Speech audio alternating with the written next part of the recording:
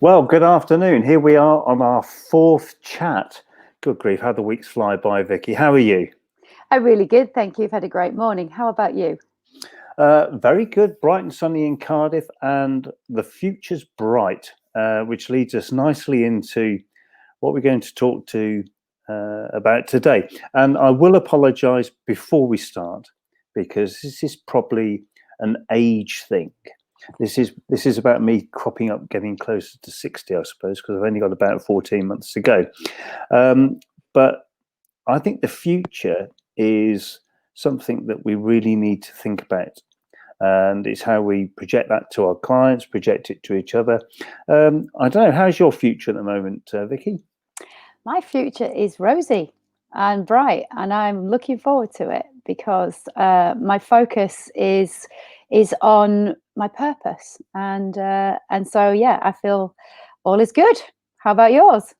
Well, this is a question I've been thinking about the last few days, especially during COVID. COVID sort of bringing home. So it's that I've got a triple mortality. One is I'm getting close to 60. The next one is COVID, and actually, then the next one is just the amount of people that have been there as celebrities or sports people, as I've been growing up over all these years, who seem to be, I don't know, dropping off like flies in the last few weeks. Yeah. The poor old Des O'Connor thing. And he was just like a young guy. All these people, when I was growing up, Morecambe Wise is everything. They've all sort of gone. There's not many of the Carry On team left. It's so I think that's sort of hitting home a bit on me, and also it got me thinking today with my quote box, saying, "How are you going to live the rest of your life?" So when you're talking to your people, or when I'm talking to my people, it's about trying to get them to think about how they're going to live the rest of their lives. What sort of rules do you try and get people to live by? What's the game changer for you? Well, I love the word rules that you use then, because often that's something that people shy away from, especially as adults, because we kind of think that, oh my God, I've had rules all the time when I was a kid and growing up, and now as an adult, I don't need to. But I always say to my clients that rules are actually the thing that create freedom, or definitely discipline is. Discipline creates freedom.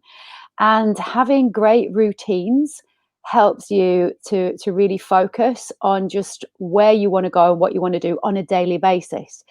So I think for my clients, I need to explain to them that it's not about having this great big vision, but it's about focusing on what is the most important thing for you right now, and that might change over time.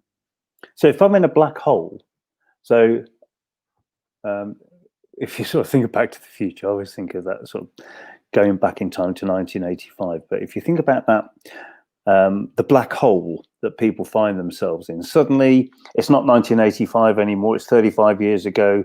Live Aid's dim and distant past, and Marty McFly's sort of fading in the background. What's that thing that's going to get them out of that black hole? What's the game changer? What's the new rule that people can take on to sort of say, right, this is some direction for the future? Because I'll tell you what, everything's shit. Nothing's right. What's the game changer? The game changer that I use for myself and for my clients is knowing that you have the power to choose your future. Like it.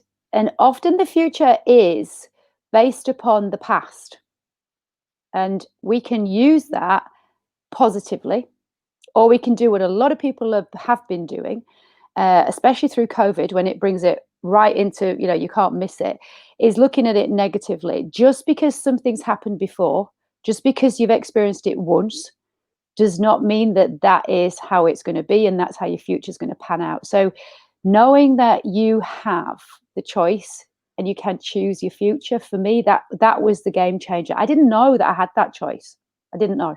And with you, how long is the future? How do you look at the future in hours, minutes, days, months, years? That's a really good question. I haven't really thought about it, to be honest. If somebody says the word future to me, I must admit, I do kind of project myself forward to at least another 30, 40 years. I plan on getting as close to 100 as possible. So I'm Yeah. 51 now, so I'm kind of halfway there. And that's how I look at it. I'm kind of halfway through. And so Hmm. I've got quite a good toolbox, but I've still got a lot to know and a lot to learn. I worked it out actually that if we live to be 100, I'm on about August the 3rd. If you think about it as a year, so I'm sort of smack bang in the middle of the summer holidays when you're a child, and I've still got a good September, October. December's going to be a bit rocky.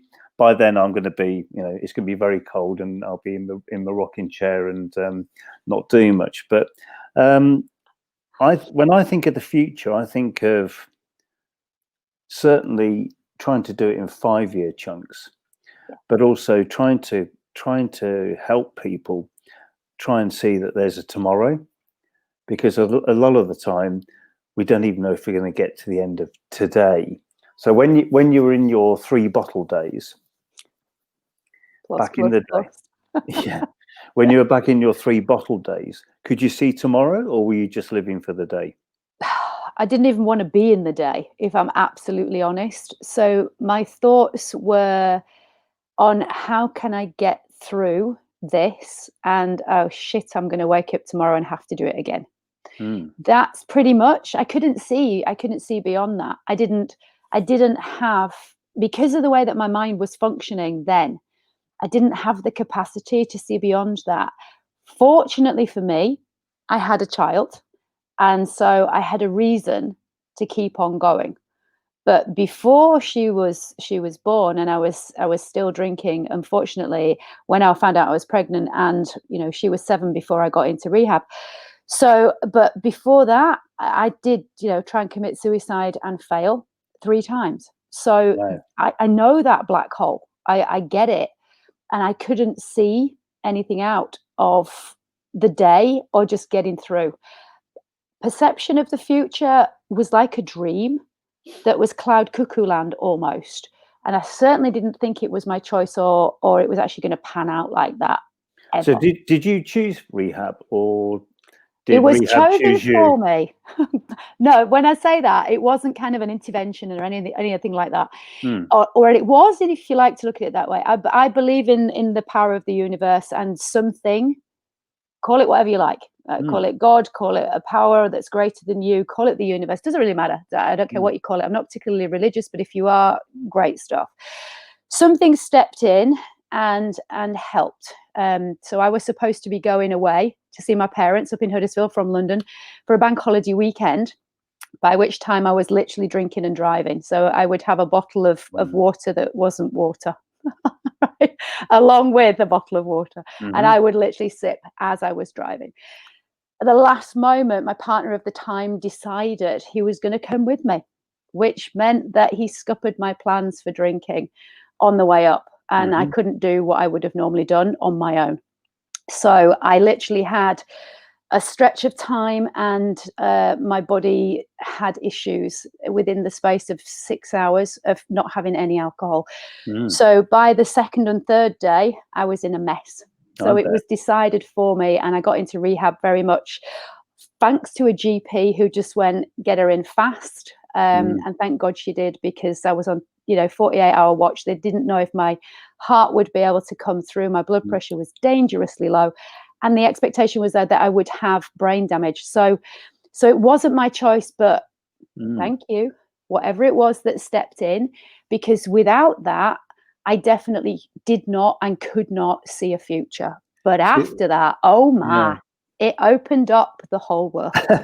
Well, I spoke to Chris Evans. Chris Evans said that he thought God had given him a message to go for a run, and I did too. The interesting thing is, so look, we're both people that have been in that situation and come out of the situation, and I think when people view this, they just go, well, yeah, okay, it's just another couple of coaches rattling on about, they've seen the light and the world's gone 4K color and blah, blah, blah, but they're not actually in the shit right now. What, how do you sort of just get that person to time out? I always think it's a bit of a timeout moment. They've reached out to you and they've gone, Vicky, I need some help. What's the first thing you do with them? I ask them what is the thing that they think that they need help with, because often the thing is never the thing. What we perceive to be the issue and the problem, the biggest thing, often isn't. So that's what I would start with. I start with a lot of questions, and I just have to listen to what they're saying, because oftentimes it's not what people say, it's how people say it. What about for you? Because you obviously must have had something that made you decide that you were going to put down that last drink, or was that decided for you too? No, I made that choice, but I think I suddenly found control. I was in some kind of spin, Right. and I always think it's a bit like a plane that just sort of gets control just before it hits the floor or hits the ground, and you've got a choice. You either crash or you pull up and you sort of just get back into stable flight, and then you start sort of taking control again. But what was it that kind of gave you that ability to see that it was a choice and that you could take that control again? I had a certain amount of self-loathing, and I think it was that feeling of being out of control and just feeling toxic. I think a lot of people wake up on a Monday morning and just think, oh, yikes, it's work today. And actually, I've had a 3-day weekend, got hammered, haven't done anything, haven't achieved anything. And suddenly it's back on Monday and wow, I've got that. They're going to give a personal, they're going to do some kind of PDR, personal performance thing, and my boss is going to absolutely hammer me, and I'm going to be lucky if I've got a job at the end of the day. It's like, shit, what a way to treat, what a way to live, wondering whether you're going to have, a job at the end of the week, the month, the year. You spend a lot of the time fighting your clients at work, and the rest of the time you're fighting everybody else. And in reality, so in that situation, what would you say to somebody who came to you who said, this is my life and this is how it's going to be for, if we fall into that believing in social conditioning that you're in a job for life and this is, you're supposed to have your house and you set up your pension and then you retire, and is that really it? Is that, what do you say to those kind of people? And it's all chapters of a book that are written and predetermined. My big thing is, why don't we see what we can change in a month? Right. Let's see where we can go in a month. And if they're a problem drinker like yourself or myself, we say, I'll tell you what, let's just get to the end of the day. Yeah. I've got someone at the moment who's on day 7. Fantastic. It is. It's bloody awesome. And actually, they're only one drink away, the same as me, of messing it up. And I'm on 9,800. And I certainly wouldn't blow a 9,800 piece jigsaw that I've created one day at a time to make this fantastic picture. I think it's amazing where people can go if they just have that time out. How do we encourage people to take that time out? How do you do it, and how would you encourage your clients to do it? Do you give them tips or tricks or strategies to follow? I try and give them try and agree a new set of rules. I think the no booze is a good one. Yeah. I think changing the diet's a good one, and also having some time out where I don't care if people go and walk very slowly, but just have that time out to have a think. I think when we think about our future, we don't think about it for very long, and also we don't think about it very hard. we we sort of spend more time choosing our hi-fi than choosing our life partner. That's what somebody once said to me. I like that. Well, or online building that fantastic mini car or Porsche car that you're going to build, because a lot of the time it's the anticipation that's better than the real thing. Absolutely. Well, we never know what's around the corner, and the future delivers, complete change in a minute. In one moment, the whole world can change, can't it? It can, and that's the thing that I think the biggest message is, and we've seen it a bit, I suppose, with COVID, in that this has changed so many people's perceptions, so many people's working routine, how their families interact and get on, and there have been some amazing positives, and a lot of people have said, you know what, I don't see my future now how I did before, because I've seen that there are different options and different opportunities. And I think that's the key takeaway, is that when you allow yourself the opportunity to just see that there are different choices, then you can make the future what you want it to be. And we've got the internet. Wow. Yeah. There are people that were going from Cardiff to London on the train, 2 hours each way to go to work. Yeah, crazy. And the train is so long. They have, it's like a kilometre long. The train is huge. That's going every 20 or 30 minutes to London. You just think you're spending 4 hours a day on the train to go and sit at a computer and write emails, because you might be able to speak to so-and-so by a water cooler and save your job. It's like, really? Yeah. There's got to be something better than this, And for those who have seen this as a positive, and I think that this is a positive, I know for a lot of people, they're only going to see the darkness and the negative, and I absolutely can see why. But that shift that allows you to remember that we have to have the darkness to be able to come through and see the light. We have to. Before any kind of breakthrough, there is always a breakdown, whatever that looks like. It's just how it is, and it always has been, and it always will be. If you can really appreciate happiness, I'm sorry, but you got to understand absolute sorrow and sadness, right? Because otherwise it doesn't make any sense. So if you can know that this too shall pass, it will not last. And if we can take the positives from it, then the future can be whatever we want it to be. And the only people who are going to restrict us and get in our own way are ourselves. Oh, definitely. I mean, the beauty, this is what I always say, is the beauty is we can redesign the future. We just get a blank sheet of paper and we can say, right, what is it that we are going to do? I was alcohol addicted, and then 26 years later on, I've done over 1,000 marathons.